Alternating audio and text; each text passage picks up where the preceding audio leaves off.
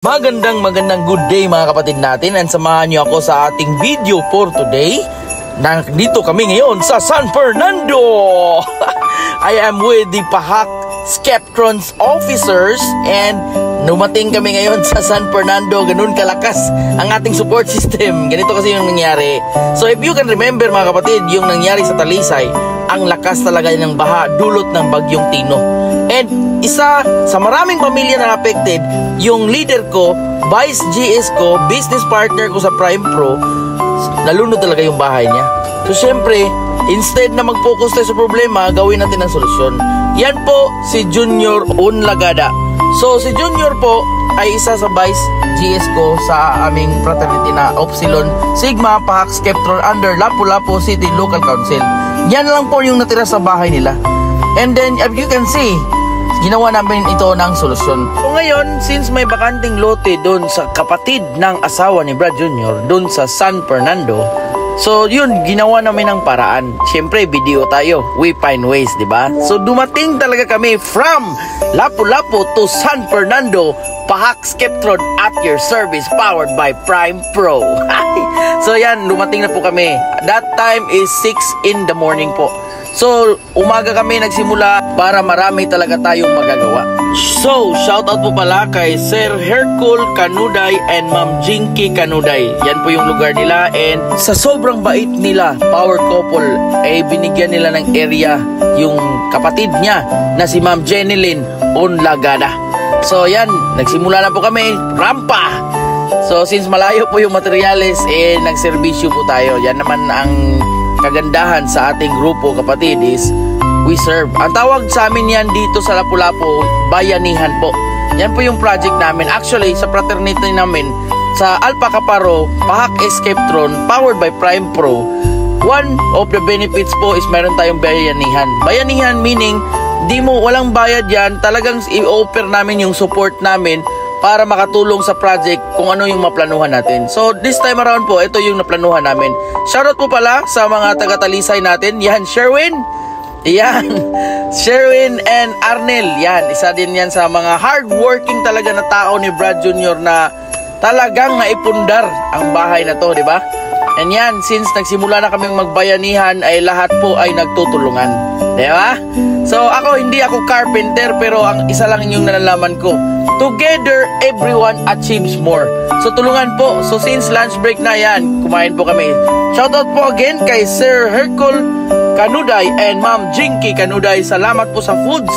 And Junior Onlagada and Ma'am Jenilyn Onlagada. Salamat po sa foods. Ang sarap mga kapatid. Diba? So, sulit po, sulit. Walang problema po basta may project na ganito kasi syempre hindi po kami nagpapabayad. Isa po sa benefits po pag maging part ka sa amin is meron po taming bayanihan. And syempre bukid yon. So yan, binigyan ko ng butong ang super loving, beautiful wife of mine. Di ba? Syempre, kahit saan ako pumunta, nakasupport talaga yung asawa ko. Thank you, mami. So drink ka muna butong ha, kay project muna kami. So yan, after 8, banat naman, di ba? So yan, ito po yung itsura before, di ba? Shoutout po kay Ray, Brad Ray, grabe, from Lapu-Lapu talaga, di ba? And yung nasa black, Brad Dino. Yung naka-blue po, yan po yung delivery nila na white sand, di ba? Para sa simento ba? Bus, yung tawag sa Bisaya. So yan, sinimula namin yung flooring at saka yung nasa gilid, di ba? So I know kapatid, hindi ito laiso na bahay na ginagawa natin, pero ang point ko po is at least from washout, mayroon tayong temporary na solusyon po. At least may matitirahan sila kasi si Junior po isang family man and yung senior citizen na mama niya ay nandyan sa kanya. So at least meron na silang matitirahan sa tulong ng PAHAK Skeptron powered by Prime Pro. Di ba? So anyway yan, Arnel, nandyan si Brad Dino. Grabe, mga family man yan, pero yan, tumutulong talaga. So yan, Sherwin, shoutout kay Sherwin. Napakasipag talaga yung mga kapatid natin. I mean, lahat naman ay napakasipag. Salamat po sa mga nag-support. Brad Ray, Brad Dino, Brad Jr., di ba? Nangyaan si Brad Jr. And syempre, chairman namin sa PAHAK Skeptron, super humble, Brad Mintik. Di ba? Go! Go! Salamat talaga sa support. Super humble talaga. Ito na po na ngayon yung bahay. So, kahit pa paano, tapos na yung flooring, di ba? Tapos na po yung, pwede na talaga matitirahan. Pero syempre, mga nasa 80% pa po ito. So, at least makita nyo na meron na naman tayong project na nagawa.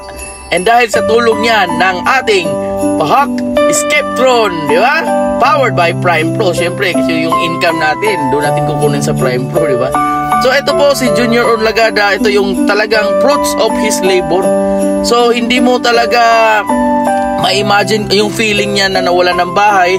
Pero still, because of the support system natin, nakatayo na naman siya ng bagong bahay, di ba? So napaka-proud ko being a business partner of Junior Orlagado na ngayon yung bahay niya naman ay tumayo na. Di ba? So keep it up, John.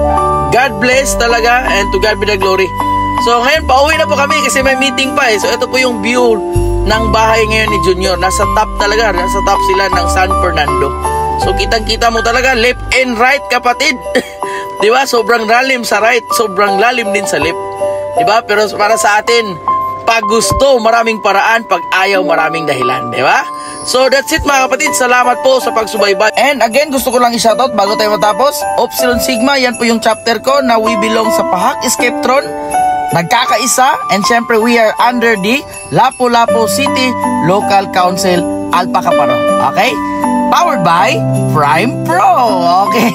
So, that's it mga kapatid. Salamat po sa pagsubaybay. God bless mga kapatid. To God be the glory.